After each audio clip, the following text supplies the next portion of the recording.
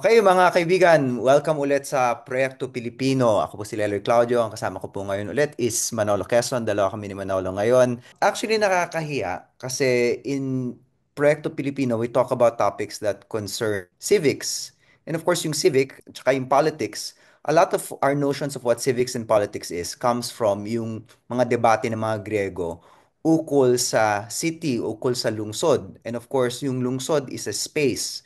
And when we talk about space, we think about public spaces and how well or how poorly these public spaces create ways in which citizens can meet and interact with each other. So when we talk about civics, napaka primary nung issue ng public space, and yet we've never really talked about space or transportation dito sa Proyekto Pilipino. Kaya nakakahiya.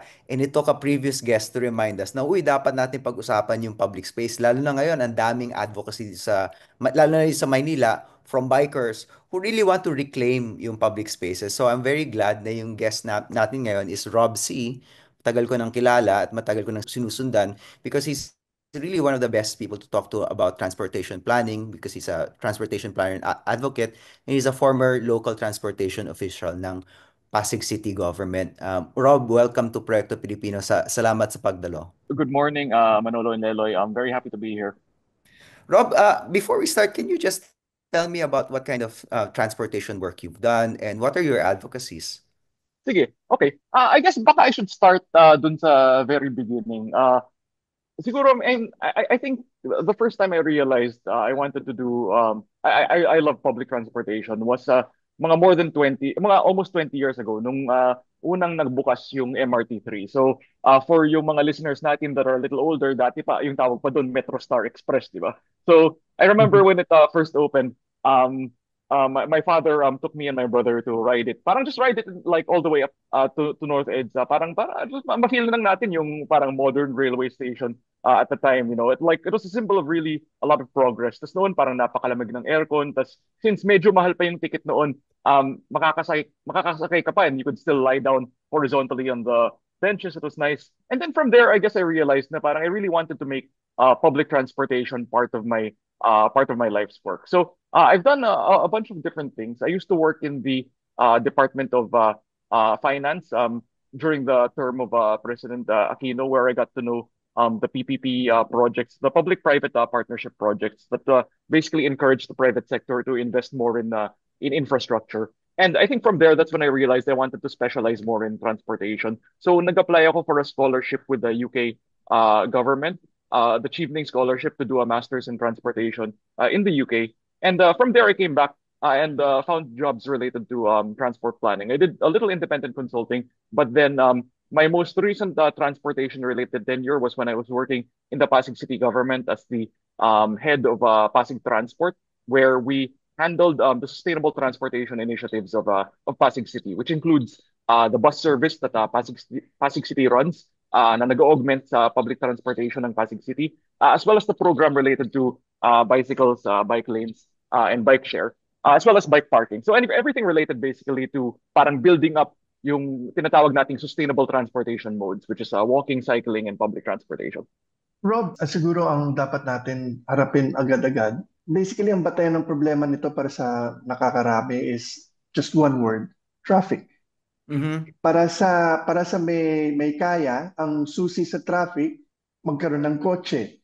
At dahil doon, ang sagot din naman ng mga autoridad, either palawakin ang mga kalye o paliitin at paliitin ang mga pwede ring makigamit ng kalye kasama ng mga may kotse.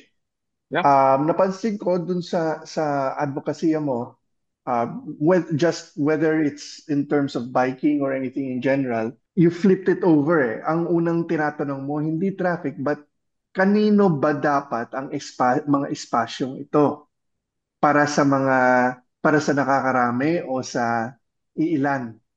And I wanted to ask you to walk us through that because yung ugat nung episode na ito, yung napansin nung isang guest nga namin, sabi niya, hindi na basta-basta tinatanggap ng publiko o ng malaking bahagi ng publiko ang mga solusyon ng mga otoridad. talagang gusto nilang bawiin ang usapan at hindi lang makilahok dito, kundi ipursige ang mga solusyon na sa kanilang pananaw. Ayaw man lang isipin ng mga gumagawa ng plano at nag-implement ito. Could you walk us through more of this? I guess if you want to talk about where the advocacy in urban planning would begin, I think you've got to start dun sa pinaka-ugat ng problema basically. And when I say problem or problema dito, it's really a math problem. It's a geometry problem. In any urban space, in any city where many people live together, one of your most important natural resources is going to be land. Land in like basically square meters per person. When more people live together, you have to use the space efficiently. And I think when you talk about something like traffic and congestion, at the end of the day, it's basically people using space efficiently for reasons maybe that are beyond their control because of decisions that maybe were not made entirely by them, diba? You know, you've got traffic because you have so many people that are using cars. There are many reasons for this.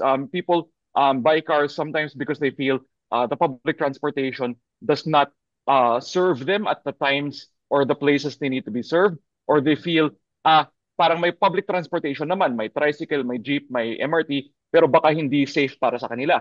Baka naman meron silang kapansanan or disability which prevents them from ascending yung minsan napakataas na staircase going to public Mhm. transportation.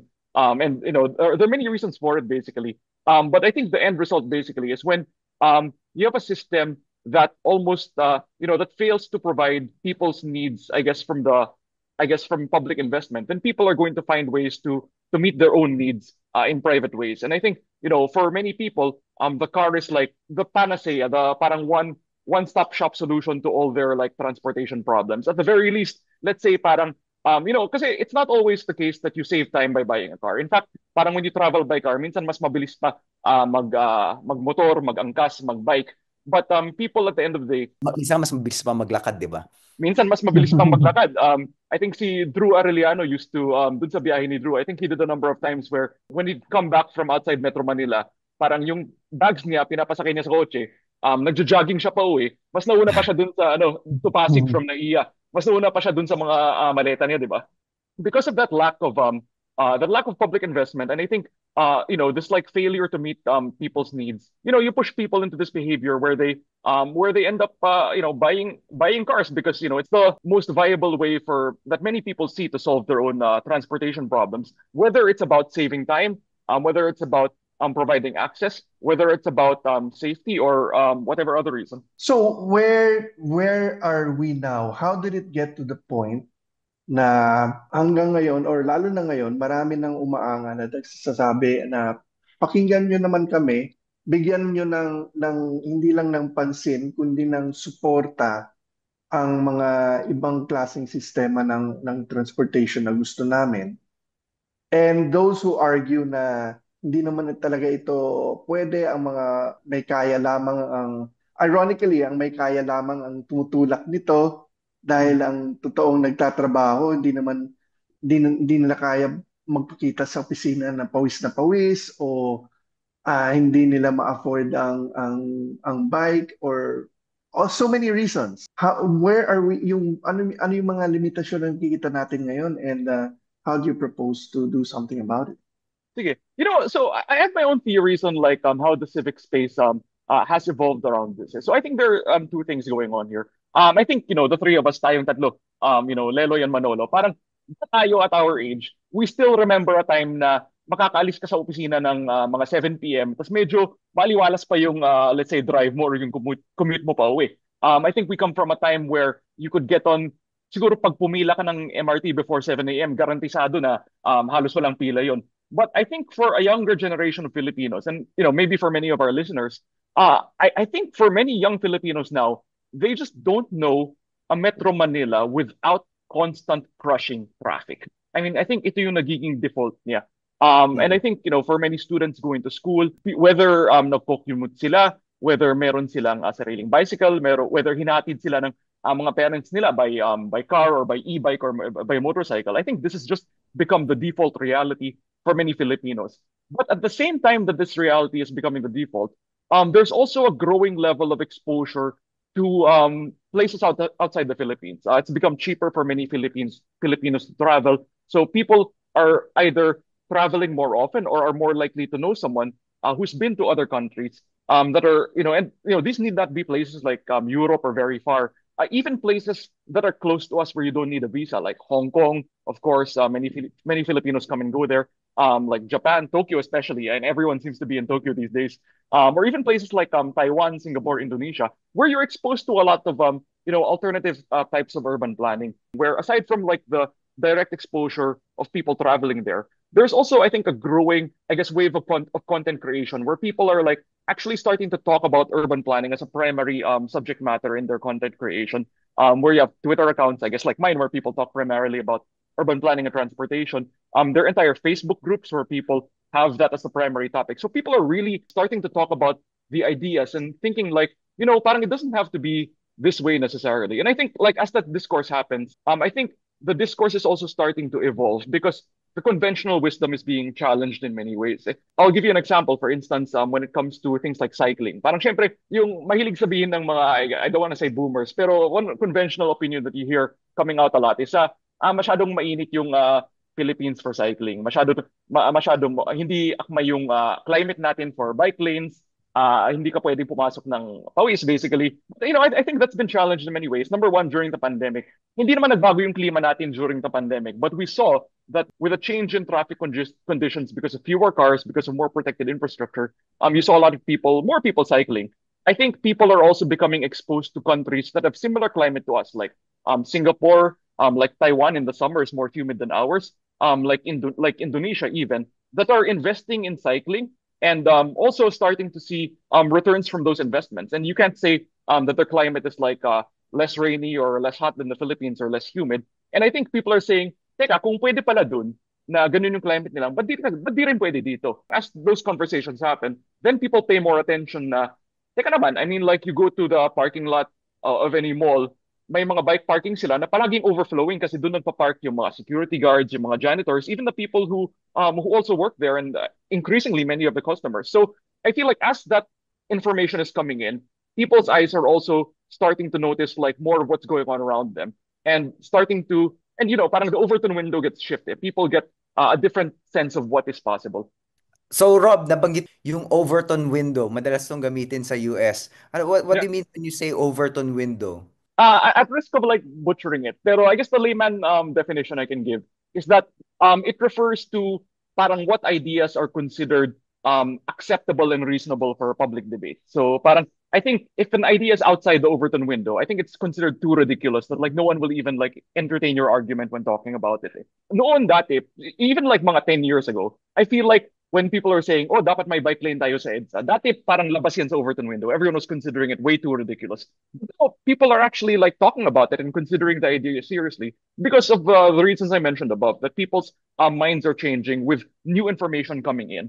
Speaking of that, given of course because of the crushing traffic and because of yung alternatives, ano pa yung nakapasok sa Overton window apart from bikes? And I think this is really important because one thing which a lot of people, I guess, have trouble like dealing with is that when you talk about improving urban planning and transportation, and you look at like the many examples all over the world, that the many cities that have made big transformations in terms of urban planning and transportation, one of the key ideas there is the idea that you have to start by reducing your reliance on cars and driving. Now, many people, I think, dati kasi parang everyone's like, you ask anybody, it's like, oh yeah, I'm happy to stop using my car, but give me good public transportation first. But I think one thing that you see in other cities that have been able to make that the transformation is that you know you can't really improve public transportation in a practical way in the near future unless you have intentional policy to either take road space and make it exclusive for public transport by excluding cars. That one way is like what happened with the EDSA carousel, where you have entire lanes na bawal pumasok yung mga kotse. Unfortunately, we've seen that the enforcement is not always consistent, but that's an example of the idea. One way is to like make streets, restrict cars from entering certain lanes or certain streets, and another way is to use economic policy, like what they call yung congestion charging idea, which is used in Singapore and in Singapore and London, for instance, where meron kang parang tolls on public roads, kahit hindi siya privately owned roads, pero meron kang isang toll when you enter those roads para ma-restrict yung mga car trips that are considered unnecessary. I think that's one idea that I think is starting to change a little bit. That you can't have a reduction of driving, simply be an effective policy. Sometimes you actually have to start with it. And the reason you have to start with it is, goes back to the fundamental geometry problem of cities that you don't even have space to improve public transport operations unless you get the cars out of the way, like with EDSA Carousel. So paano yon? Kasi it seems to me like kunwari yung mga congestion charging na yan, ang makakagamit mga kotse yung mga mas mayayaman. And so you create a situation whereby yung mga pinakamayaman kaya nila magbayad ng congestion charging, yung mga mahihirap nagbibisikleta, and then ang pinakatatamaan siguro ito yung mga lower middle class na merong kotse pero ayaw magbayad ng congestion charging every day. Does that not engender certain inequalities? In a sense, yes. I mean, like when you put something like congestion charging, like when you put congestion charging on, of course, the burden is going to be lower for like richer people. But I think we have to like return to what the reality in the Philippines is. There was a nice I think survey recently by SWS, and Mahar Mangas wrote about it in the Inquirer, where I think he in the recent poll they found that like 81% of households in the Philippines have some expenditure on public transportation. About 19% reported zero expenditure on public transportation, basically. So at least in that sense, 81% of households are able to use public transportation or are using public transportation in one way or another currently. Now, what about the remaining 19%? Doon pumapasok yung siguro mga households na may kotse naman, which aren't, that are able to go by themselves, but also those households where people walk to school primarily, as well as use bicycles. So the thing about congestion charging is that when you want to talk about inequality and inequity. I mean, yes, it will make it. Yes, I mean, driving becomes more expensive for the people who drive, but it improves conditions for the 81% of people who are either mostly reliant on public transport or would be more willing to use public transport if you could improve the operating conditions. Nabanggit mo itong idea ng walk to work, bike to work, walk to school, bike to school. Meron na mga areas na ganyan dito sa Pilipinas na pwede kang gumawa, lalo na dito sa Manila, where you can create effectively a kind of walking bubble. Pero Yeah, napansin ko, yung mga areas na pwede mo talagang gawing walking bubble ay napakamahal. So, for example, yung mga kaibigan ko na nagbenta ng kotse, hindi na gumagamit ng kotse, nakatira at nagtatrabaho sa BGC. Yang model ba na yan, pwede yang gamitin or pwede yang scale down for people who can't afford living in BGC, which is, I think, mas mahal na raw ang BGC kaysa sa Salcedo or Legazpi Village yeah. ngayon, ang average rent sa BGC. Yeah. I think the thing about like non-motorized transportation and walkability, parang itong lumalabas in terms of the debate on walkable cities na parang when a city becomes walkable, hindi ba parang sobrang tumataas yung rent to the point that only the richest people can live there. And, I think here's a case where, if you're going to be like a good capitalist about it, parang, when the prices are very high for a certain form of development, the signal we should be taking from there is we should be creating more and more and more BGCs. Parang hindi na siya maging scarce in terms of the options that people have.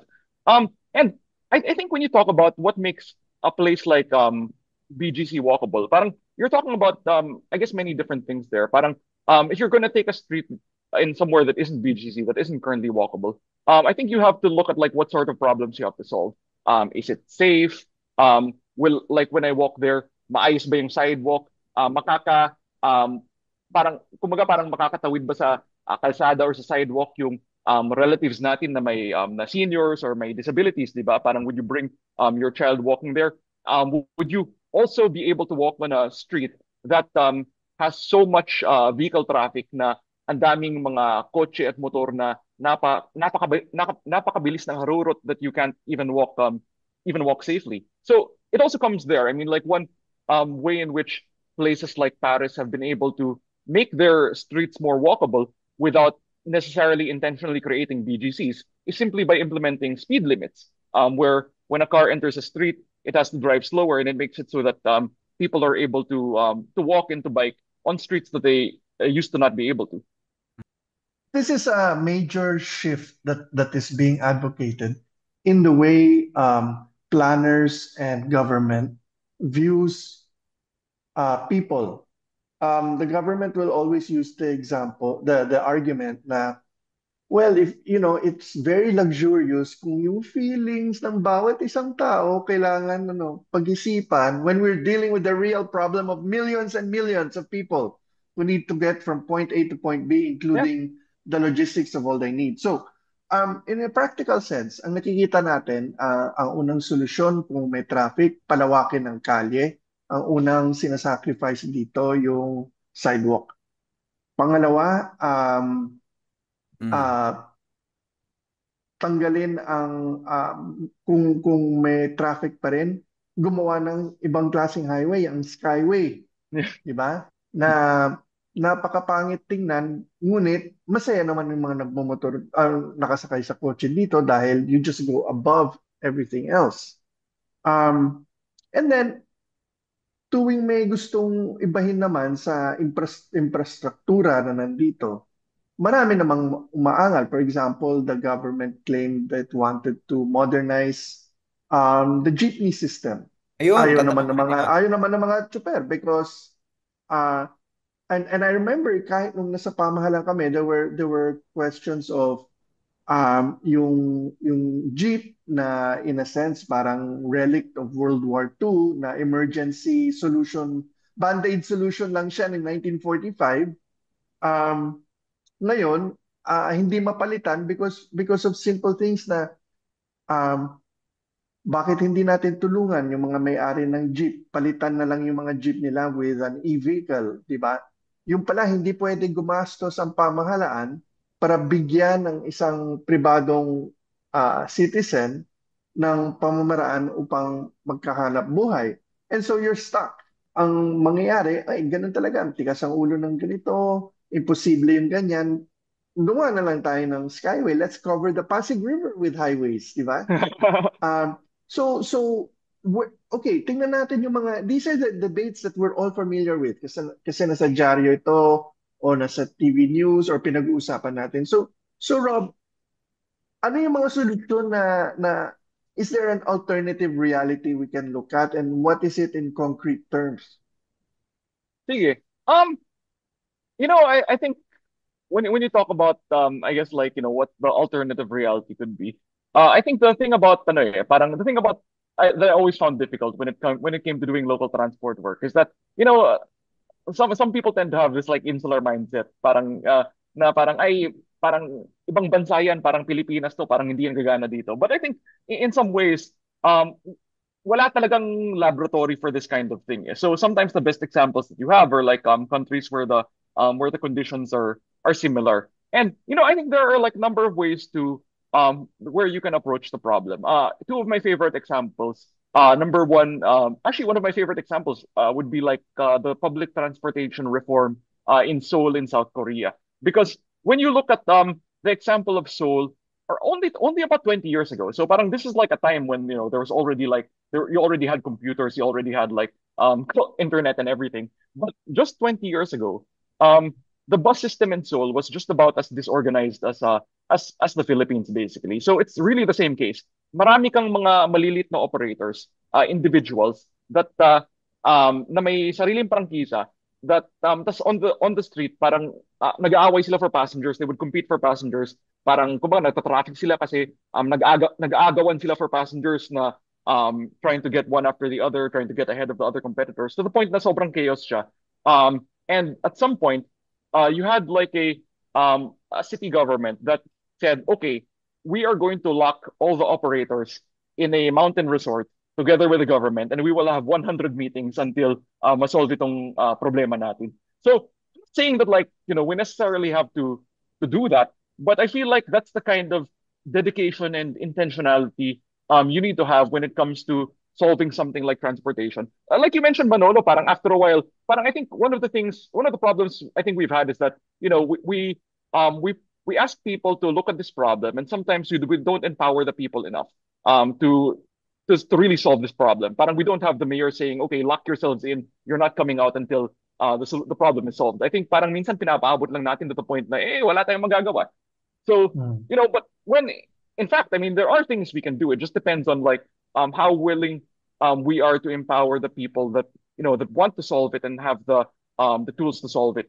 I guess if you let me go on a little more, there's a question that parang I had something in my notes about this, talking about how one of the problems I think with the urban planning profession in the Philippines and the kind of people who want to the kind of people who want to study transportation and urban planning is that, and this is a structural problem in government, is that the agencies that have the most power over like the most direct power over infrastructure projects, like the DPWH, like the engineering departments of many LGUs, yung plantilla nila, the actual positions they are mandated to recruit, say engineer, parang they don't really have, I guess like, even if they wanted to, I don't think they'd be able to hire like urban planners or people, transportation economists, for instance, because they're not actually empowered to hire people with that expertise and put people with that expertise in those agencies that actually control the budgets and the mandates to make the most direct action. So I think part of the problem also is that you have like idealistic people coming in, but then they get shunted into agencies or positions where their powers are really only recommendatory. And so I guess that's a problem. You ask people to look at this to solve the problem, but then we don't always give them or the agencies the tools needed to really make the change we need. Ayun, Rob, nabanggit mo nga yung agencies. Kasi sa Korea, if correct me if I'm wrong, ang Seoul has one mayor ba, Manolo? Mm. Mm. Eh dito sa Metro Manila, paano mo gagawin yun? Ang daming-daming mayor, di ba? Yeah, that's true. Tapos wala kang governor of Metro Manila. So do you think like it requires a reorientation of yung city government? Dapat ibalik yung, I mean, uso na naman ulit ang Marcos ngayon, di ba? So ibalik na ang governor of Metro Okay. Manila. Paulo Alcazarin has been very, very vocal about this for over a decade. Sabi niya, even New York, for those of us who've been to New York, all the boroughs of New York used to be independent cities, and then eventually got merged. Um, and they found a way. He says yung the system where ang dami mong maliliit na hari but walang bastonero is really impossible. But then he always adds, if I remember, if I'm being fair to Paulo, sabi niya, but kailangan din yung mindset ng bibigyan mo ng kapangyarihan, tama din. I mean, for example, if you brought back Metro Manila Authority, but with all due respect, Imelda Marcos pa rin ang pananaw, ang attitude where it's about prestige projects and um, not really the science of it, then you'd give birth, replace one problem with another. Sure. I think it's like a debate, like, I think this is the point that, like, as Paulo correctly mentioned, when you have like so many different like overlapping jurisdictions, it does become difficult, especially since they tend to have their own reasons for not wanting to cooperate with each other sometimes, like, border disputes or things like that.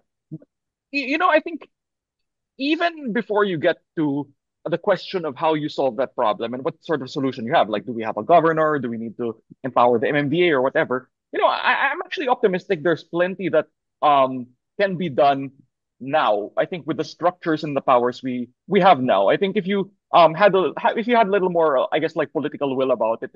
I guess one example is that just look at EDSA for instance. We're able to create like a higher quality bus system there. And I think you didn't need all the mayors to agree. You just needed to show it. And I think these days, when you ride the EDSA carousel, I don't think many people will want to go back to the old Mm. system, least of all the commuters that now benefit from it.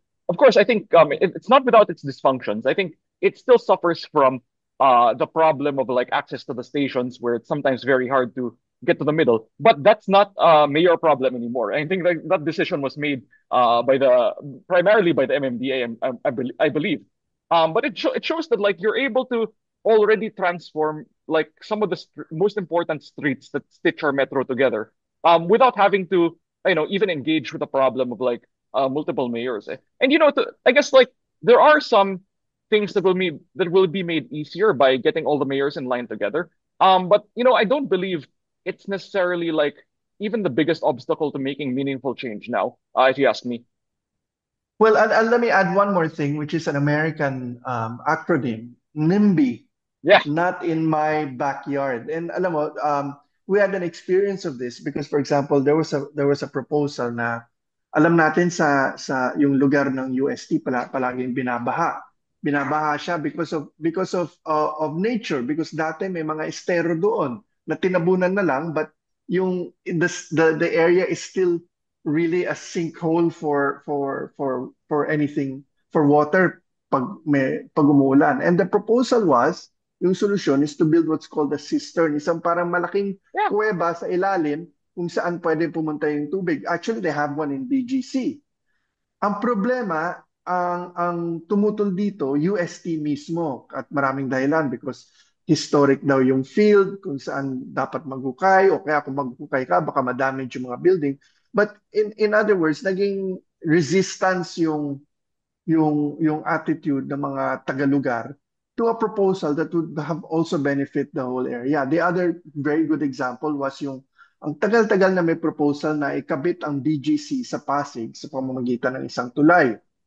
And then tumutol ang mga maapekto nito dahil ayaw nilang bumaba ang halaga ng lupa nila kung saan itatayo yung tulay. And then what was finally built is one of the weirdest bridges kasi walang daanan ng tao. wala, Alam mo, wala. daanan lang ng sasakyan, but kung gusto mo magbisikleta, motorsiklo, hindi lang pwede. At kung gusto mo lang maglakad, um, the only living creature I've seen cross that bridge, mga aso. Dahil wala naman silang pakialam, and medyo superhuman na nakikita ko umaakyat yung aso, and I'm like, wow, ang lakas ng loob nun ah. But it's so weird na, alam mo, yun ang nagiging solusyon natin. And then, of course, by the time the bridge was built, one lane lang siya. Parang congested na palagi. So, how Yeah. does this happen, Rob? What happened to common sense? Masabi ko How lang do we... bago ka, ano, yung field sa UST, importante yon. Doon na in love si Basha at saka si Popoy sa One More Chance. Oo nga naman, oo nga naman. Oo nga. Yeah. But, Oh, and then, so, paano mo rin babalik sa taong bayan yung pananaw na kailangan ka rin mag-contribute sa mga solusyon na, di ba, makakabuti sa marami. yeah. I guess it's a question of how does this happen, and I'm amazed that we've made it this far into the recording without mentioning yung tinatawag nating induced demand. So, induced demand, I guess for to give people the 101 of like all transportation planning is the idea that when you create capacity on a road, it will be that capacity will get used by people who suddenly find it more convenient and more enticing. So in the case of highways, kung mas palawakin natin yung road natin, for a while walang traffic. Pero after a while, mapapansin ng mga drivers na parang, uy, walang traffic dito, parang dito na ako dadaan. Or like, parang, oh, wala nang traffic at 7 a.m. Pwede na ako umalis na mas late. So after a while, mas dumadami at dumadami yung kotse dun sa pinalawak mong kalsada at mas naging traffic siya ulit. And this is something that has been known since almost, I don't want to say time immemorial, but I think the first time it was ever written about was in the 1950s, when they said na parang when you, Lewis Mumford, who was one of the first prominent transportation planners, talked about how when you expand a road to deal with traffic congestion, it's like it's like loosening your pants to deal with obesity, basically. Parang hindi mo na solve yung root cause, basically. You're just like creating space to accommodate more problems. And it's a really interesting question because this has been known for so long. There have been so many papers, not just in journals of transportation and engineering, but even in journals of economics, demonstrating this again and again and again. So this is like well-established scientific evidence. This is about as established as vaccines, but somehow people are so resistant to the idea of changing how we do our public investment and our policy. And there are many questions asked about this. Bakit tayo ganito? Bakit tayo umabot sa point na to kahit sobrang established na yung science dito? And I think one reason is that yun nga parang even though as individuals it's easy for us to accept these new ideas. I think for institutions like I guess infrastructure agencies that for so long have been doing their budgets a certain way, parang it's so hard also to ask people in positions of power na parang to admit na ay parang nagbago na yung science, dapat iba na yung gawin natin because some maybe they're afraid of taking it personally na parang kung umamin ako na nagbago yung science, then ibig sabihin parang sinasabi kong mali yung lahat ng ginawa ko, baka kasuhan pa ako for doing all of that, di ba? It's and it's tough because I guess like if without the knowledge and the science having been cascaded, anyone would have acted in a certain way prior to getting that information right. But I guess the question is why does it keep happening? And there was a paper I read recently about like why does it keep happening? Parang pumapasok tayo Mm. dun sa dun sa topic of political economy, di ba? And I think on some level, part of it is that resistance. Part of it is like this fear of like having to take accountability for something they may feel, oh, they're just following orders basically. Some may also feel na parang, oh, wishful thinking na okay, parang ta-traffic in the future, but maybe at least for now, yung short-term benefits will be good for politics. It'll be good for press releases. And for a while, ma-feel naman nila yung ginhawa, and we just like get into this endless cycle na after you widen here, yung na-widen mo dati, parang is now relatively parang mas wide. So yung dating road na hindi bottleneck, yan yung naging bottleneck kasi ito yung hindi mo pa pinapalawak eh. So parang yun yung next candidate. Pag pinalawak mo na yan, then lahat ng further onward downstream roads, yan na yung dapat mong i-widen sa susunod, di ba? So it leads to this parang it leads to this like path dependence, which admittedly takes a lot of effort and a lot of advocacy in terms of breaking out. Let me add something else or ask you something else, Rob. I think there's also the times when biglang may sumusulpot na pag, pagbabago sa ugali na hindi na-anticipate kahit ng mga activists for alternative transport. At talagang hindi na-expect ng mga nasa pamahalaan. A good example is when nung naging mura ang iba't ibang uri ng motorized bike, electric bikes. Yeah, And all yeah, of a sudden, you saw the first thing you notice is it's a lot of women yeah, yeah, um taking it on.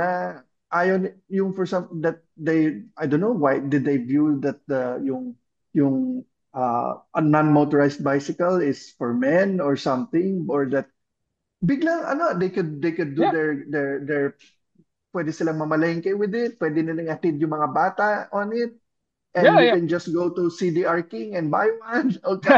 Ang surprise sa Lazada, ang dami, at iba't ibang uri at mura. Yeah.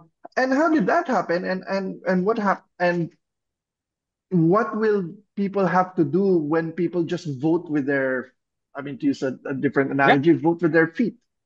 I love this topic actually because e-bikes are so maligned basically by so many people, but I think they represent really something interesting. And I think if you look at if you follow how transportation has evolved in most of the world, I think you won't find it so surprising.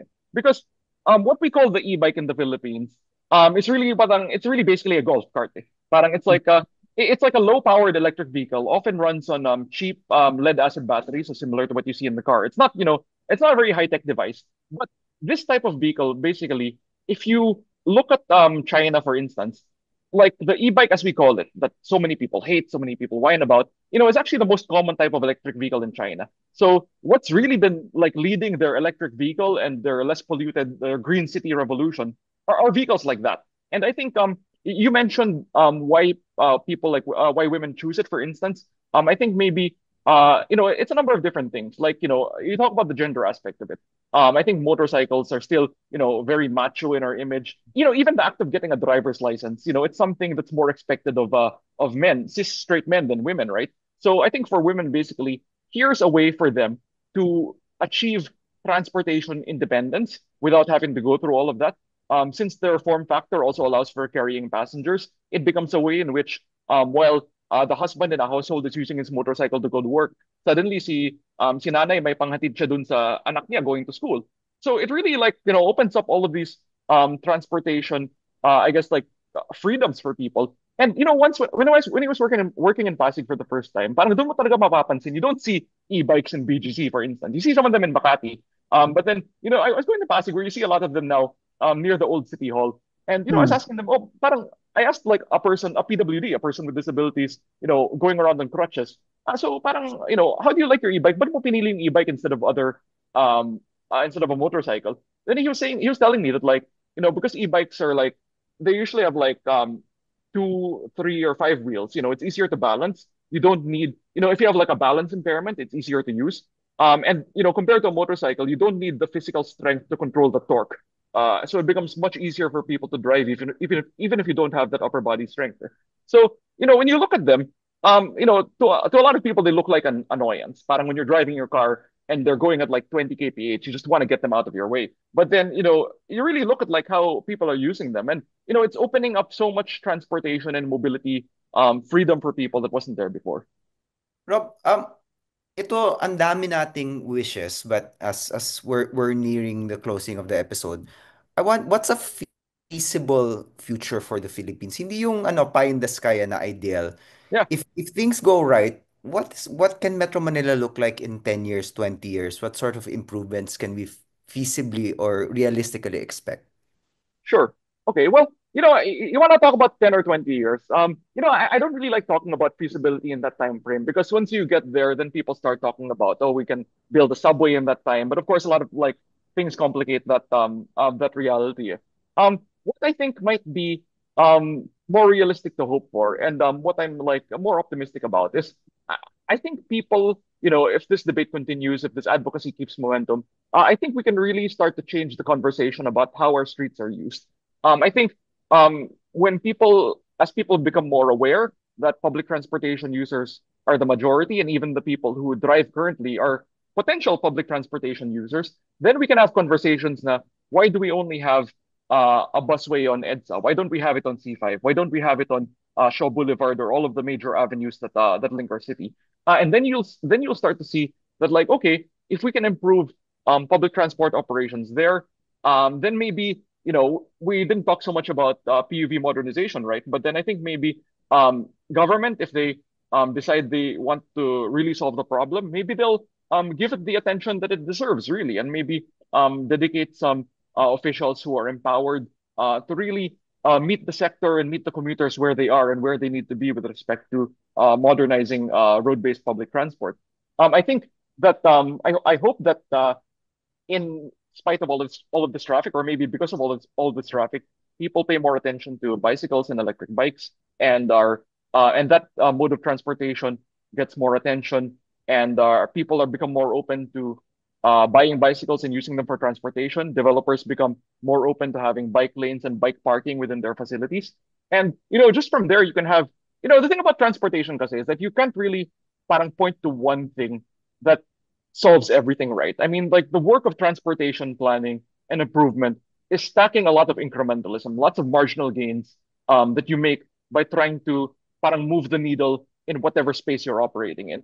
So it's really not just for one person like me, but that's why the advocacy is so welcome. I mean, everybody, you're gonna have people that talk more about cycling, about public transport, about disabilities, about electric vehicles, and all of those people are moving the needle towards making the city better. But in terms of what it may look like, not just yung advocacy, I just wanna push you a little bit. Oh Ano yeah, yung sure. mga bago that we can realistically expect? Yun nga, baka may subway ba in 20 years? Or, Yeah.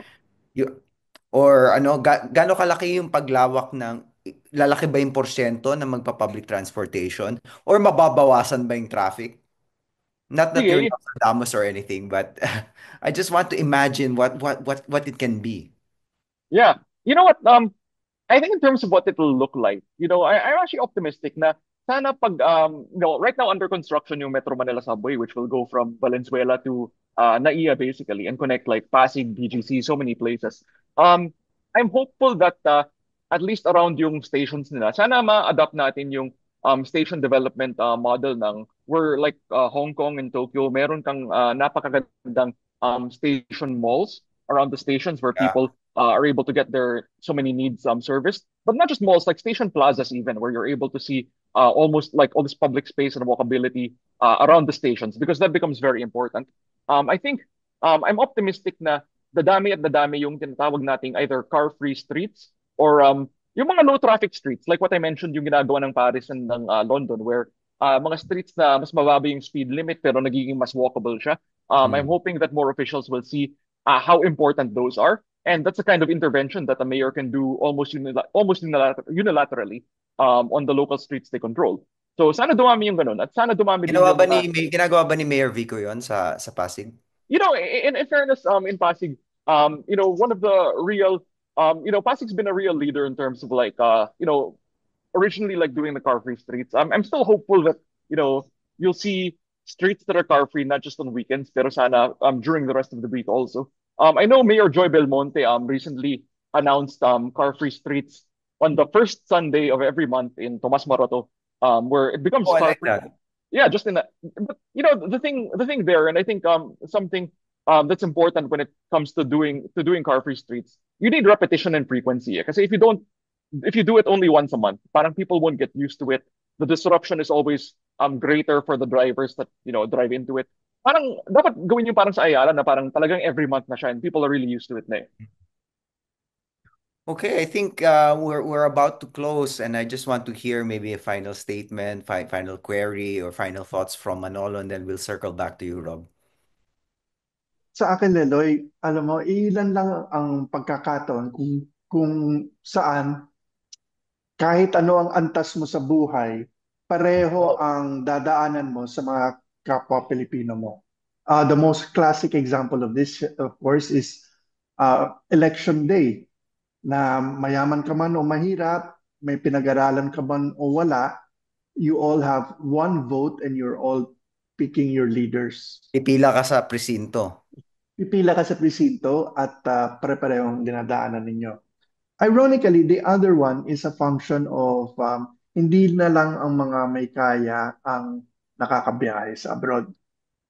At ang napapansin ko, mayaman man o mahirap, may pinag-aralan o wala, whatever way you want to slice it or dice it, Filipinos from all walks of life, magpa-public transport sila sa mga pinupuntahan nila. So it's one experience na parehong dinadaanan natin. Ngunit, and maybe the lesson is the same as well. For the person used to driving everywhere or being driven everywhere sa Kamaynilaan, the experience the how liberating it is to be able to go anywhere you like, whenever you like, for a reasonable price without using so much of your time and resources. For the working Filipino, nakikita nila na it doesn't have to be a calvary to go to work every day, to commute from one part of a metropolis to another. I think this has come together, as our one of our previous guests said, to really implant the idea across a big part of our society that public transportation is no longer a privilege, but it's a right, and that therefore it's a right that should be exercised in the interest of the majority.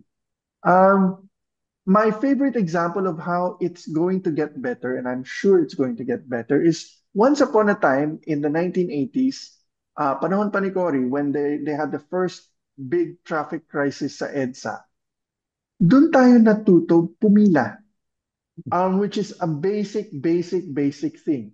And because with it comes the insistence na walang pwedeng mag-cut ng linya. Mhm. Alam mo, yung kailangan talagang pipila ka kasi pag naghintay ka, makakarating ka rin naman. And if we could do that, we could do the other things we're seeing, which is yung you can have all the good kid bike city posts you see online, but a nanay who saved up a little to buy an electric bike has rediscovered that sense of liberation, di ba? By being able to take their kid to school, by being able to shop at the palengke at hindi ka na kailangan pumunta sa mall. Sa akin, it's as Rob said, the change is happening. It's happening in very small, but when you think of it, mind-blowing ways. It just helps when people like Rob tell people about it. Mind-blowing nga yun yung sasabihin ko. Mind-blowing kasi kung ganito nakasama, syempre talaga ma-unite ang Pilipinas. I think there are very few things that unite Manileños especially, apart from traffic. And this demand is going to come from all sectors of society. And this is a non-partisan show. Talk about walang kulay. Yung transportation talaga walang kulay kasi kahit dilawan, DDS, whatever, or mahirap mayaman, traffic is the great leveler dito sa bansa natin. And also, the demand for a better city is a common call because lahat naman tayo nakikita how different the Philippines is from other cities that that we visit, like Japan. Everybody nga is in Tokyo, sabi ni Rob. And so the demand is there, and I think what we need to do is harness that demand, as Rob said, in more scientific ways. Hindi pwede yung bara-bara lang. And I'm very glad and I'm also very guilty, as I said earlier, na ngayon lang natin ginawa tong episode na to. Pero dapat, sana makabalik kami, pwede natin kausapin si Rob. Hopefully natin 10 years, but sooner. Talk about improvements in our transport system. So I'll let Rob close the episode. Yeah, see, maraming salamat. Thank you very much for having me. And when you talk about this advocacy, it's really about getting people aware of it. And I think my one thing I put in my notes here is it's about educating people not just of the benefits, but I think one important thing we have to educate people about is also what it will cost. What has to be done, right? I mean, what it really means to want to improve public transportation. And I think that means, not just the willingness um to parang to restrict driving or to put in speed limits or to make enforcement more consistent, but it's really about really participating, about like becoming more involved in engaging with your politicians and engaging with policymakers, going to public hearings even if they're at inconvenient times, really talking about it, making it part of your everyday civic participation. So I guess maybe as a last thing, I want to plug some organizations that I think people can get involved in. Um, Ayun. yeah, yeah. Yeah. Yes, please. So I want to say shout out to the Move As One coalition. It's a group of groups. It's a group of like many different advocacy groups, all working together to better transportation policy in the country. I believe they publish regular analyses of things like the budget of various laws. They have a Facebook page. You guys can check them out. I think one other thing is I'm also a Facebook moderator of a group called How's Your Biyahe Bes? Lots of nice discussions on transportation there. We have about 73,000 members. I hope we'll see more and more as a result of this episode. And you know what? I think today's episode has been a nice grab bag of topics. But if you want to have more episodes about transportation, there's so many things we didn't talk about that we can do full length episodes on, and definitely we can talk about that in the future. Thank Yeah. you. We will definitely take you up on that and we'll make sure na nandito si Father Tito because I'm sure he'll have a lot of questions again. So, as usual, sa ngalan po ni Father Tito Kaluwag, this is Lelo Claudio with Manolo Quezon. Maraming salamat for viewing Proyekto Pilipino.